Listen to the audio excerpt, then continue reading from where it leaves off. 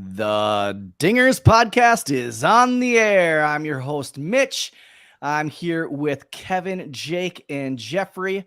Remember, we are part of the ontapsportsnetwork.com, where you can find great articles on all your favorite Chicago sports team, as well as great podcasts like our boys Cubs on Tap. They're doing podcasts actually right now with us. So, make sure you go check them out as well.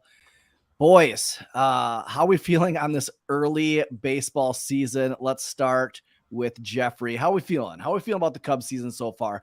Cubs just took the L. We just watched them take the L to Cincy in game 1 of the second series. How are we feeling there, Jeff? I'm a little wishy-washy right now. I felt really good that we got the win against Corbin Burns on Friday or Thursday. And then I watched Saturday's game, and I watched Justin Steele straight shove for 6, striking out 8. But the bullpen kind of let us down in the latter innings of that game. And then the same thing yesterday. Today we get a bat first against Cincy. We hang 3 in the first. Then they hung 3 in the bottom of the first. I kind of felt like it was going to take about 10 runs to win the game tonight, but it only took 7. And not from us.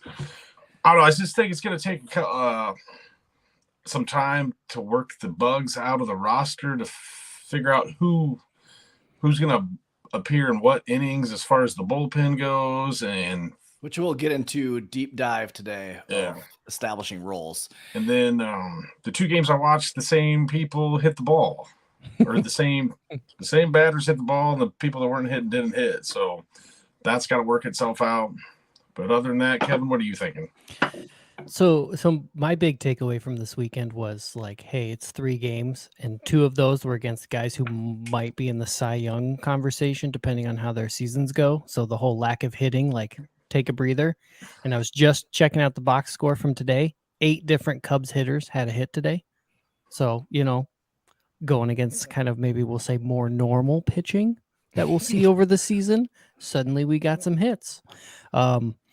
We were talking just before we hopped on. Bullpen usage always seems to be a little funky in April, maybe even into May a little bit. We'll get more into that. But Jake, how you feeling, bud? I'm feeling great, guys. You may notice my voice still a little raspy. Got to go to 2 games this weekend. Bleachers on Saturday, and then I had the incredible privilege of getting to sit in Section 13 yesterday. My aunt and uncle got season tickets offered to them from one of their friends. Nice. And we got to go into the 1914 club, which, like, for everybody listening, if you ever get an opportunity to do it, jump on it. Like, say yes immediately. It is all you can eat, all you can drink. Oh. You're sitting they're the best seats I've ever had and ever will have. I don't know if I'll ever get that opportunity again. I tweeted I saw Bob Odenkirk from Better Call Saul and Breaking Bad, amongst many other things. And then Ryan Sandberg was sitting 2 rows behind us. So it was just like, and I didn't realize until he got featured on TV because I was keeping score. This was great. Okay, here's my takeaway from the weekend. Kim won't listen back to this. My wife won't listen back to this. But, here we go. Unless we clip it. I am so grateful for how embracing, and I know that the freight train's sounding in the background, so bear with me. I am so grateful for how into the Cubs my wife is. Like, she's always been a Cubs fan, but like since we've been together, she's gotten like exponentially more interested. And she came with me to both games in the cold on Saturday, but we still had a really great time out in the bleachers. And then on Sunday, they had free scorecards in the 1914 club. So of course I grabbed one because it came with a nice Cubs pencil. And she's like, you got to teach me how to keep score. And in the middle of the game, she's like, actually, she's still involved. Like, she wants to know. And she says, unprompted, she says, you guys, hey, I feel like I need to practice this. I feel like the best way to do this would be to watch the game at home and keep score. And I was like, are you kidding me? I have never loved you more than I was like, you. If I could marry you again, I would do it. Oh my God. It was like the best thing. And like, she was all over like all the merchandise. She bought a sick jacket. She encouraged me to get this hat from the 1914 club. it was a great weekend despite losing. So thank you for letting me, share a little bit about my weekend, of course, Cubs related. So hope, you guys were interested, but how I feel about the team this year, I still feel optimistic. I feel like Dansby is the greatest baseball player in the history of the world. He just got another hit. Yeah. Oh yeah. The game's they're not even playing right now, but he just got another hit. I'll be honest, like I was not like super stoked on Dansby Swanson. I don't know if I've really voiced that, but like I've tried to like let myself like, I was like, don't just let it play out. But I wasn't really that stoked, but then he made some great defensive plays. He's batting .588 with a 13-17 OPS through 4 games. But like, yeah, I mean, Jim, I did. Jim says I hit the jackpot. Yes, Jim, my wife is an angel on many levels. I'm extremely lucky. But the Cubs hit the jackpot, it looks like, with Swanson. So I know we're going to get into it, but Mitch, how are you feeling after 4 games? Yeah, I'm still optimistic. I mean, I'm kind of where Kevin's at. It's super early and it's so easy to jump in with Chicago's local sports media and all the overreaction takes. And it's easy to be that. It's easy to be super critical of Bellinger and Hosmer. And then what do they do tonight? They hit the ball, right? Like they put the ball away. They work really good at bats. They take walks. Like, so it's really easy to get super overreaction and like, hey, call up all the guys from Iowa, all of them. I don't care. All of them, just switch teams, like Chicago and Iowa, just switch, replace each other. Like, it's so easy to have that reaction and that take. But I still feel good with the guys that we have. And so it's going to, like you said, it's going to take some time to like figure out roles. We're going to take a deep dive into the roles of the bullpen, but I think even roles of like third base and just the roles of the team. Like, we have Mancini out in right field. Is that the best case scenario? No, but it looks like Seiya, he played in a simulated game in spring training today, took 2 at bats, played some out in the outfield. Pretty soon he's going to be back and playing right field for us. So we can be confident that that wasn't in the Cubs long-term plans, is to have Mancini out there. So just like there's a plan, and it's 162. It's 162 for a reason. And so it's like, let's pump our brakes a little bit. I know it's so easy to get super into the opening day, but like let's dial it back. I know every game counts, and I get that. Yep. But at the same time, every team right now is in this. We're going to try to feel it out. The Phillies got swept the first 3 games, and they're probably going to be a World Series contender. So it's like, I get that we're passionate early in the season. There's a lot of passionate fans in the first month, and then they die off. Let's just try to keep it under control and kind of see the big plan, and hopefully see Ross's plan in this, even though if you watch tonight's game, there was some head scratchers. Yeah. Like Wisdom bunting on 3-0. Yeah. Anyway. And I don't like to criticize Ross, because I understand it's a tough job to coach and manage. And they have a lot more information in front of them than we do sitting in our nice comfy couch watching the game. But let's dig into the bullpen, because that was, from the first series, the thing that kind of let us down. And I would say both games that we lost, especially the game on Saturday. What are your initial thoughts and how this bullpen will shake out in the roles that they will fit in? Like, where do you see the guys that will fill in 6th, 7th, 8th, 9th, and who should be taking those high leverage situations? What are your initial thoughts, Jake? Who would you be plugging in there? Well, before we get to the back end of the bullpen, I want to talk about Javier Assad's appearance on Saturday, because I think that it's super easy to sit back and say like, oh, why did he get a second inning? And it's like, well, he breezed through his first inning of work to the point where, like, sitting out in the bleachers, I missed it, basically. Like, I didn't even he mowed through them really quickly. And as it's been talked about, I know it's been talked about by the people who are proponents of him being the multi-inning reliever. That's what he was doing in spring training. That's what he was doing in the World Baseball Classic, and he was doing it well. So not only were people like saying, oh, maybe Assad could be the 5th starter. Like, is he in the 5th starter mix now? Or like people were talking about him being a multi-inning reliever. Like everybody was on board with that idea before the season started. And then immediately like, okay, he has a rough inning on Saturday. And it's like, nope, no more. What are we doing?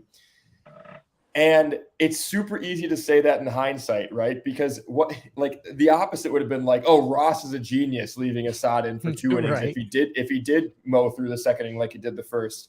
So I think Assad made sense. And then Thompson, he goes, I think 2 1/3 tonight, and looked really good. So am I right? Did he give up any runs? Yeah, no runs, 3 strikeouts, 3 1/3. That's right. 3 1/3. Yeah. Yeah, 1 hit and 3 1/3. And his velocity looked, I only saw a couple readings. I wasn't paying attention, but it looked like his velocity was a little bit up again. Did anybody see that? What if he went 4 1/3 tonight? We might have won 6-4. Yeah. Yeah. I mean, well, that's the thing too, right? I mean, like I'm not answering your question, Mitch, and I realize that, but one thing that I did want to get across was it's pertinent to the bullpen discussion. Like I just tweeted it out before the show. I'm okay this early in the season keeping Smiley out there because yes, he was struggling, but like he had 2 outs in the 5th. And he was, he induced a lot of weak contact tonight. Like a lot of it was just getting, 1,000 cuts, death by 1,000 cuts.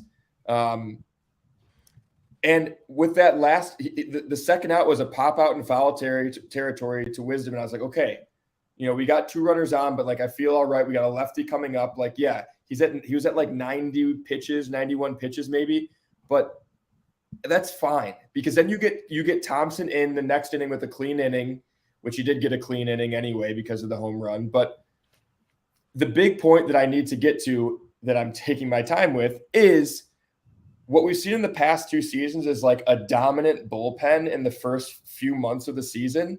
But the bullpen has been dominant because they've been given a chance to shine. They've been given the opportunity to go multiple innings at a time because the starters weren't going deep into ball games. And I'm sure Rossi and the front office have that in mind and realize like, okay, we got to try to get some depth from our starters this year. We can't get the bullpen taxed this early in the season, especially coming off a 4-inning start from Tyone yesterday.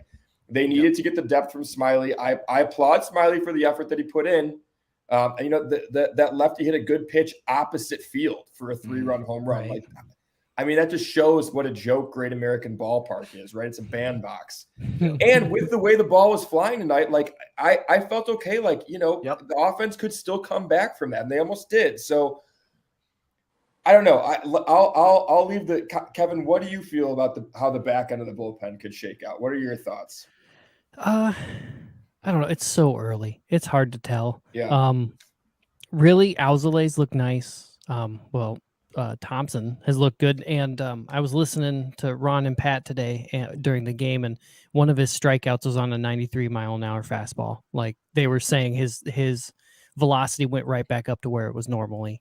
And I think it was Ron was even like speculating, like, did he know he didn't need to push it during spring training? So he's just kind of Dansby Swanson dust.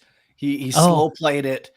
Yeah. I'm not going to get any hits until 2 days before I'll hit 2 home runs. That'll be just on. Be fine. Be on fire. Right. Well, like how many times have we listened to the compound and they talk about spring training and it's like, yeah, so I'm up there. I just got to see this one type of ball and I got to hit it. And they talked about, I can't remember who it is. Somebody who always fouls it above the dugout. And like, that's his goal. And once he does that, he's like, yep, I'm good. And he walks away. And it's like, it's weird that they just need that little. The possum approach. We'll play dead during spring training and then we'll come alive. Right. Yeah. Yeah. I think it's too early to really tell, like, is Fulmer going to be the guy? I was a little worried about what was it? Merriweather got just blown apart. Yeah. Yeah. That was rough to watch. Yeah. But if you look at like Merriweather and even like Assad, like it was what killed him was those early walks. Yes. Early walks in the inning. And then you get a chance, like Assad, you get a chance to get out of it with a guy that's going to give himself up with a bunt and just try to be too fine. And it's like, just take the out. you still got a chance to get out of the inning, and they're giving you an out here. And it was just, he was trying to be too fine. And so, I mean, that happens. But I think we're going to see that Saturday game. We're going to see a ton of those type of games out of this Cubs team this year. And it's all going to come down to is, can we execute in those situations to win the ball game? Because I think there's gonna be a lot of 1-2 run ball games this whole season, because I don't think we quite have the offense to just put teams away. Our starting pitchers are gonna be good to keep us in the game. It's gonna be, can our bullpen be what we've had the last couple of years and be able to manage and push runs across when we need in the late innings? Like tonight, like we couldn't push the run across in the late inning.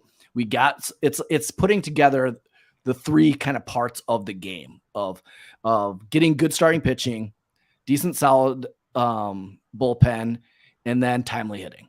And can we put those three together to win ourselves a game? Because we can't just overpower a team. We don't have the power like the Yankees. We don't have the offense like, dare I say, the Cardinals. But it's that. And so, I mean, when I look at the bullpen, I'm not concerned right now, because I saw what Merriweather could do in spring training. He has really good stuff. Yesterday was a bad outing, and it was bad from the very get-go with the walk. Javier Assad, exactly, Jake. You hit the nail on the head. Like, he's going to be that guy that you depend on for those 2 innings when you need him to get to Boxberger and to get to Alzolay or to get to whoever it is.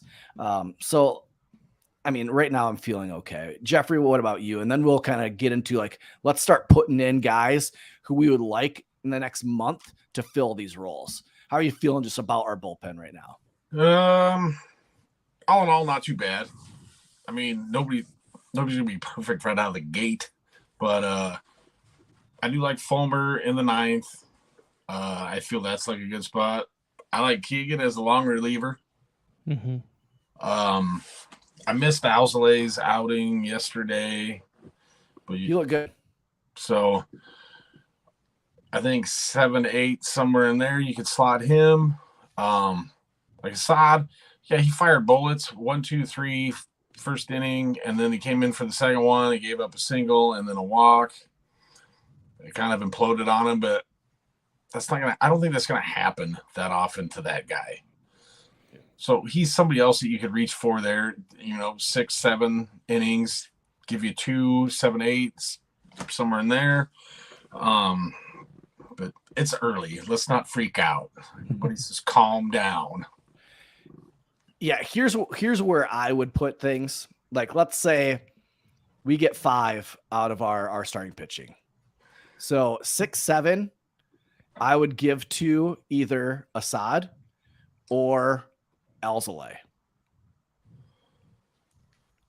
Or if we, depending on where Thompson's at, I like Thompson more in the later innings, but that's who I would give the 6, 7. And then if they only go 1, and then the 7th inning, I would give totally to Thompson to hand off to Boxberger in the 8th, and then hand off to Fulmer in the 9th.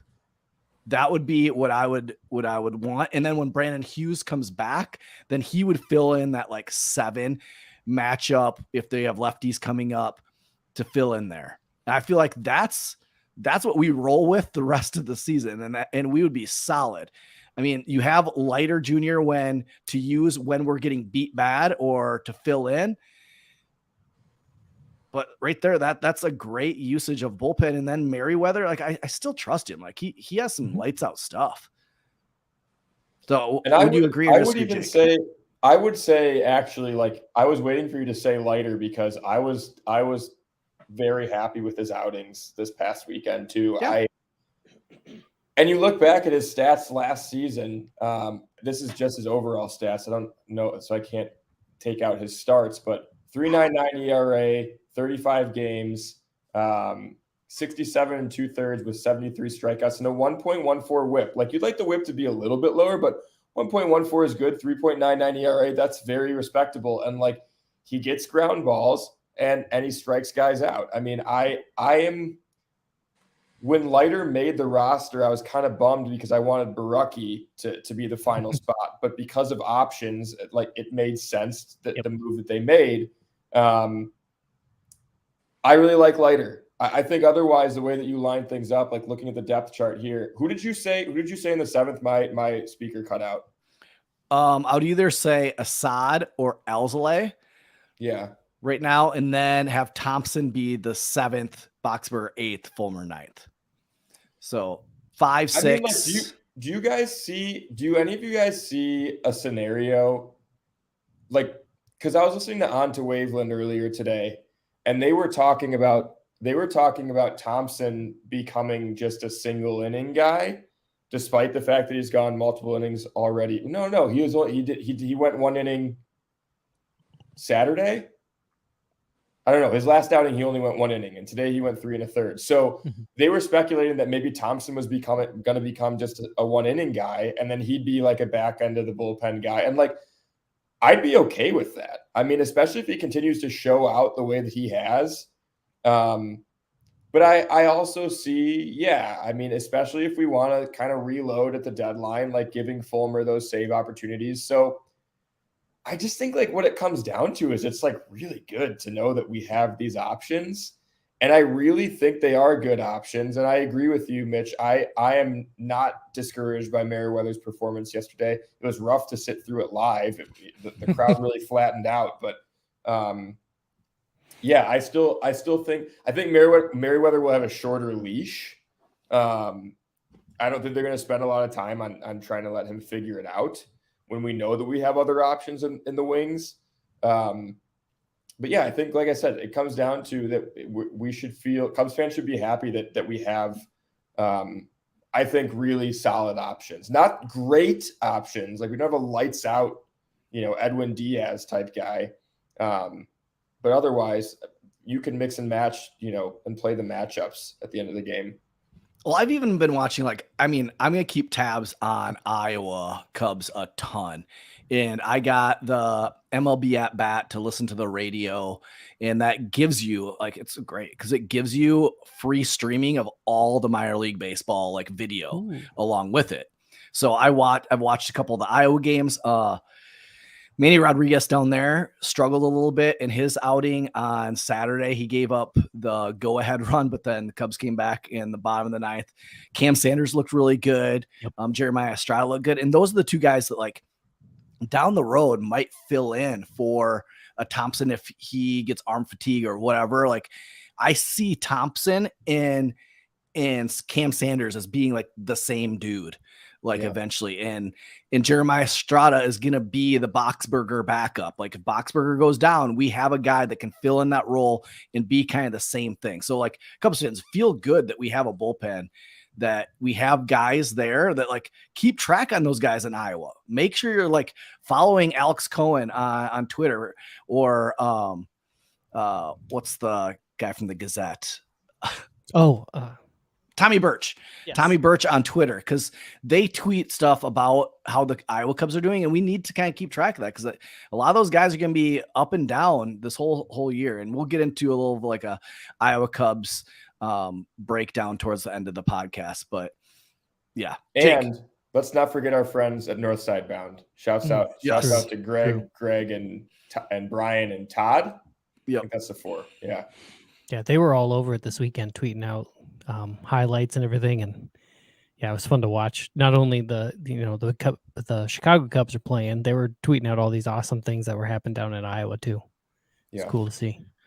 I am it'll be interesting how they, as the season progresses, how they start establishing, how we get to see how they start establishing what their roles are, and if we can start picking up on things now, because Adbert, that's what I'm really I'm interested to see what they do with him this year and how, in what role they use him in.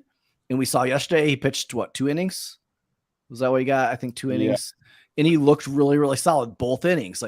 And so when you have a Javier Assad and you have Alzolay that kind of do the same thing and can fill multiple innings, you're okay, we got that guy. And then Thompson today throws 3, and you're okay, what are we doing here? Mm-hmm. We can't have 4 guys that pitch multiple innings, or can we? I don't know. Like, it'll be interesting to see how Ross uses this bullpen and make it work. And so that's gonna be the good thing. Like, thing for us Cubs fans to kind of watch and track and see how they get used. I think Boxberger and some of those guys are definitely just 1 inning guys.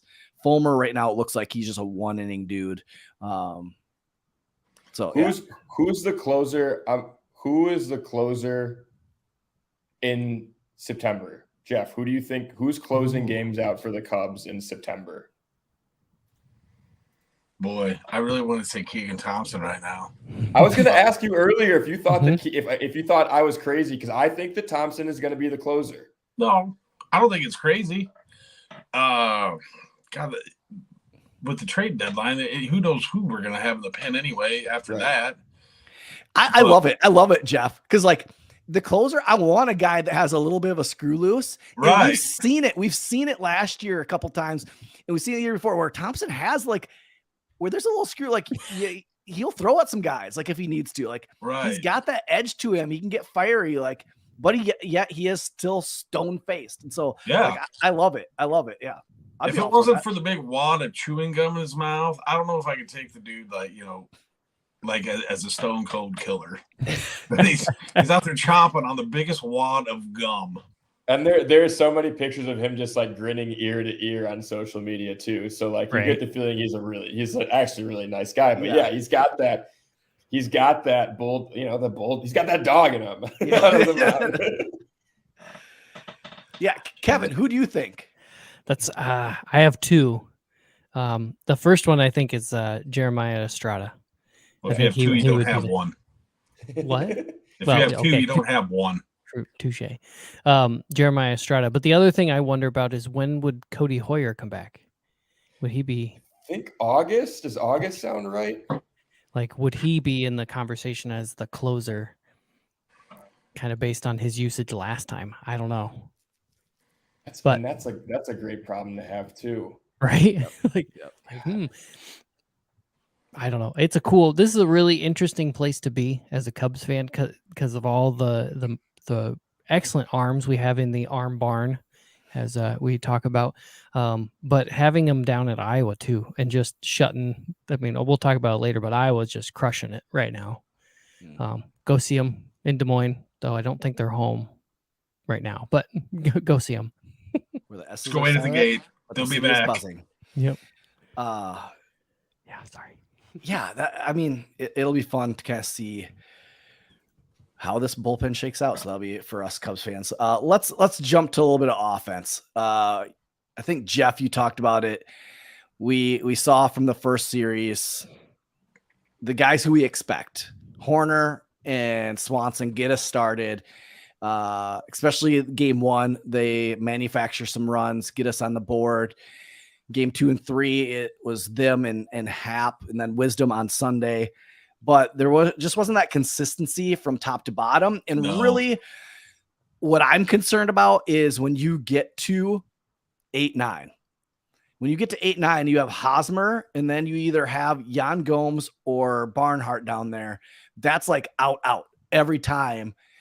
And that's what I'm concerned about, because there's teams in even our division, I'll say it, the Cardinals, that like they have a good lineup from top to bottom.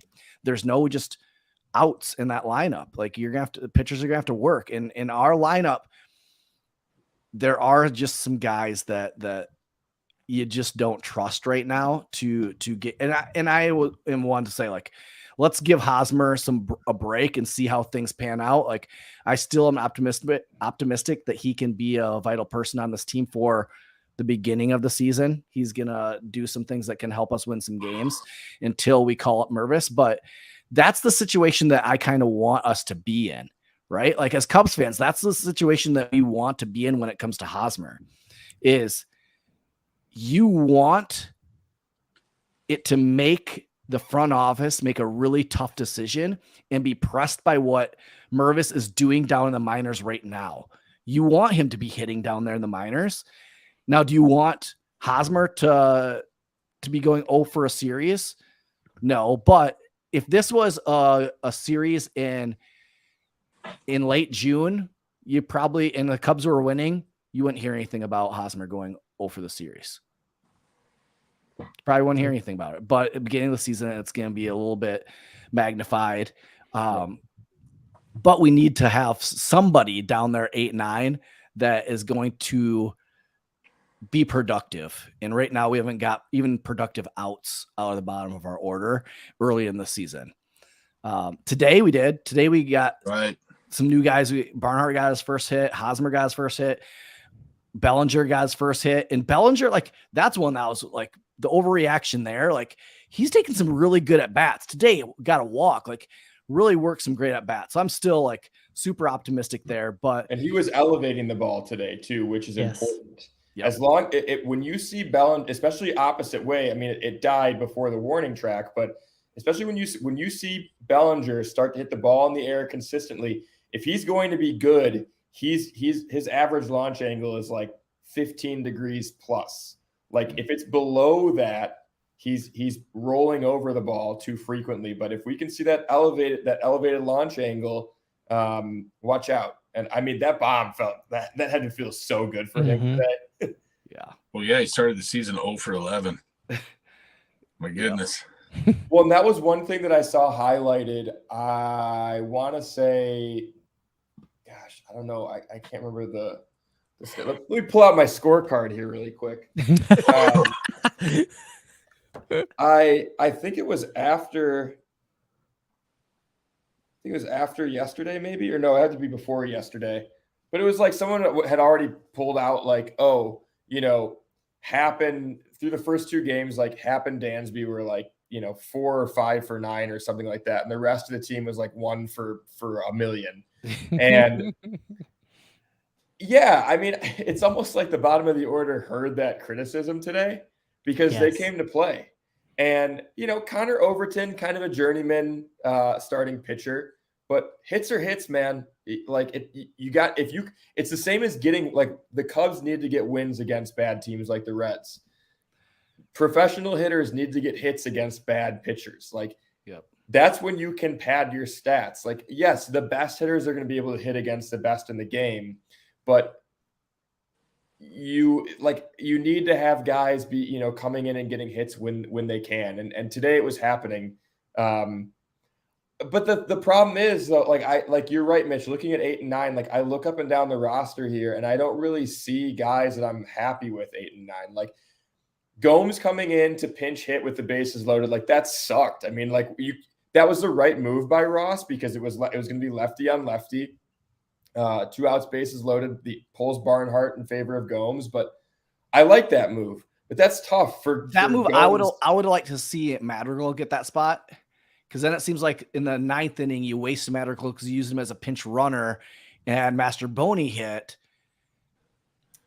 I mean, but then you have to sub. Then you've got Madrigal in a catcher, and then you've got to do the defensive sub. So you burn, like you're effectively burning someone. So that's a tough decision to make, right? Like you're probably right. I think you're probably right. But what are you saying, Kevin? Well, Ron and Pat on the air were talking about they really liked the Gomes substitution because of that ball he hit off the wall the other day. And they were talking about how he hasn't been getting the production, like they haven't fallen for hits, but he has been driving the ball really well, was what they were saying on the air. And that probably what Ross was hoping for at that point was that contact, get something out and play. Unfortunately, it didn't work out because we decided to start swinging a ton right then. But it was close. And two, we have to, like, I was going to say this earlier, like the Reds have a pretty good bullpen. Like they have some young arms down. Sneaky, yeah. Like Reaver San Martin had, was up and down last season, but had some good outings.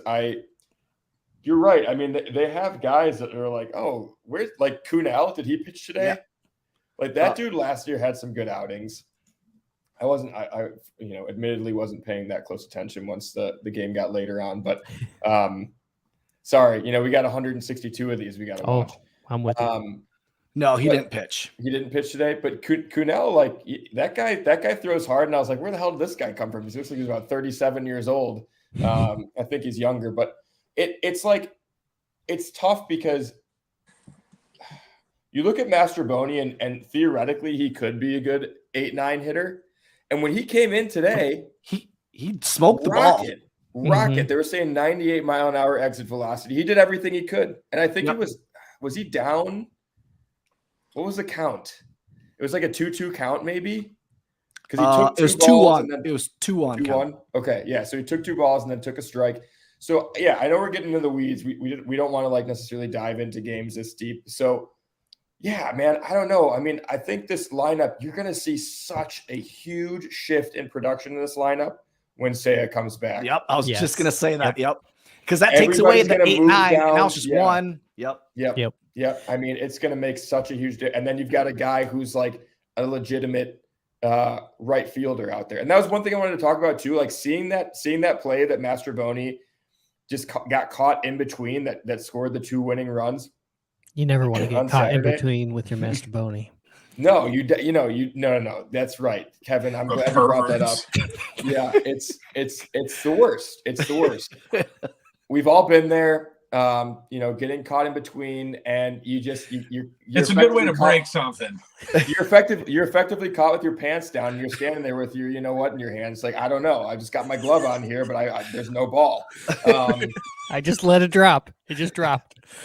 But I had a great perspective of that sitting in left field, and when it came off the bat, I was like, that looks catchable. But so I was tracking the ball and didn't see the jump that Mastroboni got. But then when I saw him like coming up on the ball, I was like, he's not going to get it. He's not going to get it. And it's just one moment of hesitation. It just shows, it's a game. It's less than a game of inches. It's a game of centimeters. I mean, right. it's and that decided the game, unfortunately. But I don't blame Mastroboni there. The dude's not a right fielder. Right. He's not an outfielder. Well, and you saw today with Trey Mancini out there, it was rough. It was rough on his angles to balls were pretty weak. Yeah. That one they tried to cut off to the wall was the angle of the dangle is the most important one. All right. Yeah. Can't wait till Seiya comes back. There were a lot of comments that Jason Hayward would have caught those balls, but then I thought, but then Jason Hayward would be 0 for 15 with 4 double plays. Yeah. Cripes. And that's the thing too, like when Seiya comes back, that's going to add another run producer and another guy that can hit the ball in the gap into this lineup that right now we're missing. Like we had runners on in 2 of those innings where we just needed one more guy to be able to put the ball in play and drive the ball. Even just get the ball in the air. Like, so that's where we're going to feel. You guys thought about the no shift rule?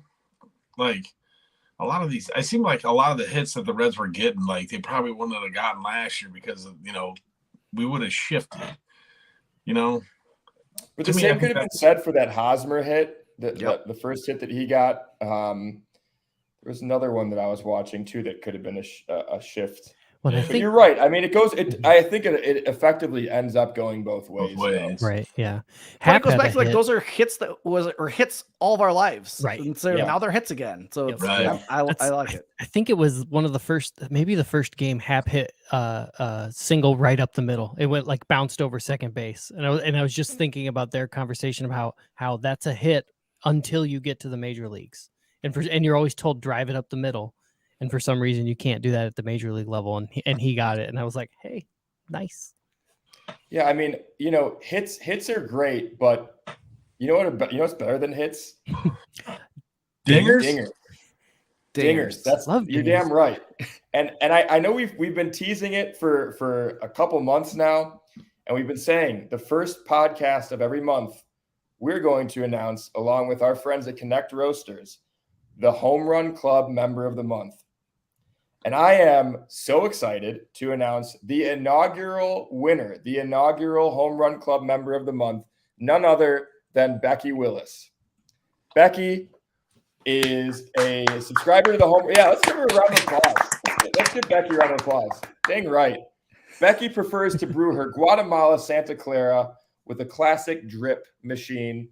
How do you guys brew your coffee? We've talked about this, right? Yeah, I use it just by grounds. Yep. Coffee I mean, pot. I use a coffee pot. There we go. So yeah, a Mr. Coffee pot. I use grounds to make coffee. It's like, wow, I use coffee revolutionary. Well, I don't buy whole beans and grind it myself. It's pre-ground. I put it in the filter. I let the water pour over the top of it. It gets hot. I drink it. That's great. That's how you do it. I like pour over. I like AeroPress. Yep. And I mean, when we're really, really just need to move in the morning, then it's just regular coffee pot. Mm-hmm. Yeah. I'm a French press guy. What do you got, Kevin? We have a grinder. We'll do those. We'll do whole beans sometimes. It just depends what we get. But apparently, I'm the only instant gratification guy in the room. I do French press, and I want it now. But summer's coming, and so then we're gonna be making cold coffee, and so we got couple different methods that we do for cold brew and stuff. So I'm all about it. Really give me some coffee from Connect Roasters and try it out with cold brew, because I haven't done cold brew with Connect Roasters, so I'm excited. They have a special, they have one that they recommend. I can't remember which one they recommend for the cold brew. We'll have to look into that. We'll let you know next episode. But in the meantime, congratulations. Well, a couple more things about Becky here. Her favorite player is Ian Happ.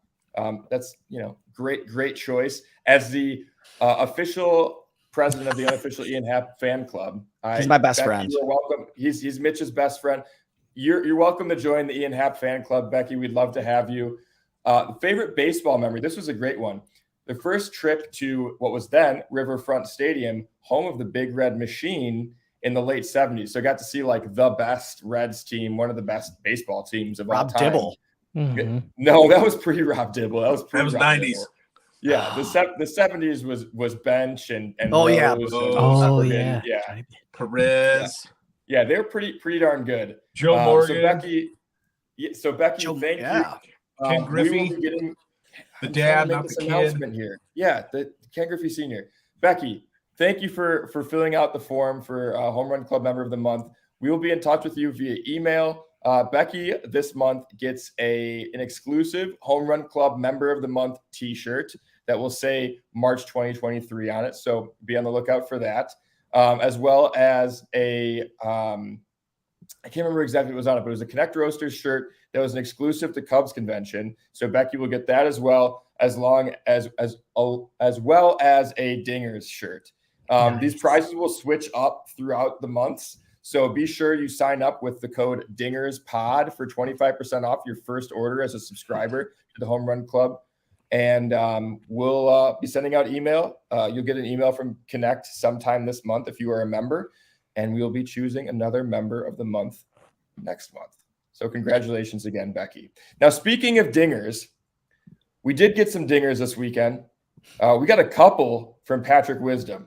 And I have to eat my hat, not literally, because I love my hats, but figuratively. And our friend who also loves hats and loves Patrick Wisdom, Ian Mahan, texted me during the game, and he said, I don't want to hear any Patrick Wisdom slander when he provided all the offense for one of the games that you were at. And I got to say, guys, it got to the point where tonight watching the game, when he got hit on the wrist, I was like, no. Like I was like, okay, well, that's when I realized Patrick Wisdom is our third baseman. Yeah. I still want to see Nick Madrigal get some at bats here and there, but Patrick, when Wisdom gets hot, he is hot. Yep, yes. That's why I picked him today. Hit a dinger because I was like, he goes in streaks. Yes, yes, he does. But I mean, we don't have to get into that whole bunt thing. I guess he's getting X-rays on his wrist to see if he broke anything. So for him to stay in the game and then swing later on in the game, and Cliff Floyd was talking about it post game. He's like, well, why is he going to drop a bunt on 3-0 when he then goes to swing later on in the game? Which is a great question, a very fair question for Cliff to ask. And one that we should all be asking, and I'm sure Ross and Wisdom have spoken about it now post game that we haven't seen yet. But yeah, that was a scary moment. I was like, well, Morel's hot at AAA, but I kind of still want to see him. I still want Morel to get Nelson Velasquez. Nelson Velasquez is hot. So I mean, how do you guys feel? Is Wisdom, assuming that he's healthy? Are you counting on Wisdom to be do you keep him in there until he cools off and then bring Morel up, or how do you make that play? What do you guys? Well, I do in that guarantee you situation? tomorrow he's not going to be in the lineup. Right. I I can think it's almost- pitching matchups a little bit play in. Well, and they're going to give him a day. Oh, with, yeah. with his Yep. hand. True. But yeah, he's the guy who I want Mhm. right Yeah. now. Especially with him picking up right away and getting hot yesterday. Thank you. Appreciate it. Back in the Well, lead. and like when we don't have Seiya, if we take him out of our lineup, that's just another like run producer that's just gone. So then we're Yeah. down 2 run producers. It's like you almost need him in your lineup when you are already down Seiya to like have some guys that can drive the ball in the gaps. So yeah, he's my guy for right now. Let's end with Kevin giving us a little rundown we've talked a lot about Iowa Cubs, and man, this Iowa Cubs team, I was watching on Saturday. I was like, man, this Iowa Cubs team is fun to watch. Like, I know everybody on this team because Right. they're all like former like guys we either sent down or we're trying to figure out. Like, you have Morrell, you have Bodie, you have Brennan Davis, you have Nelson Velasquez, you have Manny Rodriguez, you have Jeremiah Estrada. Like, you could just keep going of all the guys, the dudes down there that like, it's like watching the Cubs, but they're in Des Moines, they're in Iowa. So like, yeah, how are things going down there? Well, the Iowa Cubs successfully swept the Columbus Clippers, which are the Guardians AAA affiliate, in dramatic fashion. There was some high-scoring games. I think one was like 10-5, and then there was a close one. And then that third game on Sunday, if you didn't know, Iowa had some wacky weather this weekend, but the wind was like howling out, I guess, at the field, and unfortunately, that was the night that Caleb Killian was pitching. Or the day Caleb Killian was pitching. He didn't last long, only 2.2 innings. But otherwise, they still came back. I think they won like 12-11 or something. Yeah. So they were down in the bottom of the 9th, and Peralta let it off, and he had a pop up to the second baseman, and the wind blew it, and he dropped it, and so Peralta got on, and then Bodie hit one down the line off the wall, and Peralta scored from first to tie the game up. Yeah. Now, Mitch, I'm not going to let you pull a Ron Coomer here who can't pronounce Omar Narvaez. Omar Narvaez. No. Jonathan Perlaza. Perlaza. There we go. Perlaza. He's playing well. Palazzo. Yes. I can't remember who. Jake, you might know. On Twitter, somebody has like dubbed it the Christopher Morel Experience TM, their own like trademark. I can't remember who has done. I have seen that. Yeah. And I couldn't find him today. I was searching for it. I think they have Ivy in their name. I totally blanked on it. But he's had some defensive gems over there. He had one playing great third. Yeah, playing fantastic and crushing the ball.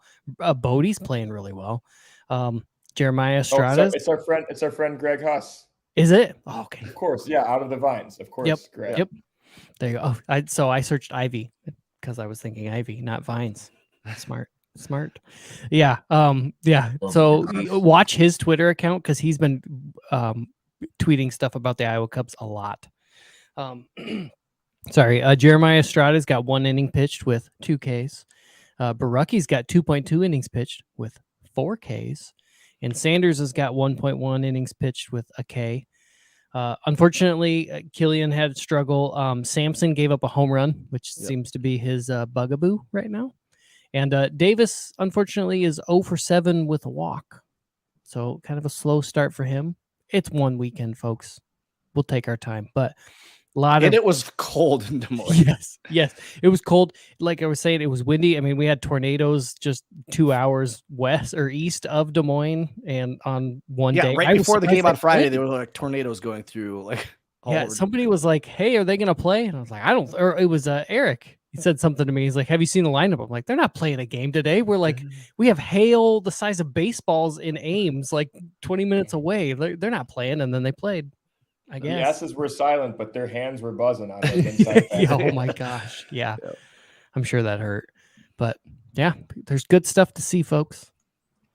Yep. All right. Well, we'll be back at it again next week. The Cubs will finish up the series versus The Reds. And who do we got after the Reds? Rangers. Oh, that's Rangers. right. I will be at the Saturday game. So if you guys are in the bleachers, give me a shout. Hey, I also wanted to say I didn't run this by in pre, but Mitch, do you mind if I give a promo code for K-shirts for our listeners? Yeah, definitely. Please. Okay. Do. So if you've made it to this point in the podcast, you get another promo code. It is also Dingers Pod. If you go to my Twitter page, the pinned tweet, you can get yourself a K-shirt, one of the original K-shirts, get 15% off. I will be running more sales throughout the season and special edition shirts coming out the week of the 20 strikeout anniversary. So Dingers Pod for 15% off your K-shirt. Awesome. Check that out. So we got Wisniewski going on the mound tomorrow. So hopefully we can get back on track, get some swagger on the mound. But yeah, we'll be back at it next Monday with episode 114 of Dingers Podcast. But thanks for listening and go Cubs. Hayden Winnipesaukee.